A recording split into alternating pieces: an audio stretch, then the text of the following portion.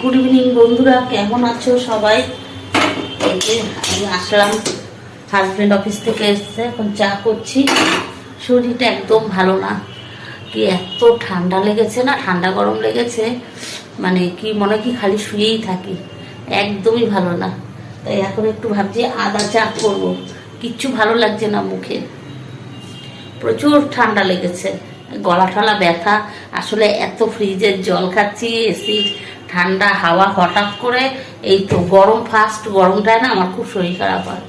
তাই খুব ঠান্ডা লেগেছে, মানে বেশিক্ষণ মানে ফেসবুকে অ্যাক্টিভও থাকতে পারছি না, সেভাবে ভিডিও, সেভাবে রিলস কিচ্ছু দিতে পারছি না। শরীরটাই আসলে ঠিক নেই, তো কি বলবো।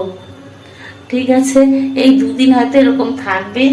কালকে হয়েছে, কালকের দিয়ে শরীরটা খারাপ হয়েছে, আজকে একটু বেশি। এই তো সারা দিন শুয়েই ছিলাম, পুরো শুয়েই ছিলাম, হাজব্যান্ড চলে যাওয়ার পর থেকে শুয়েছিলাম।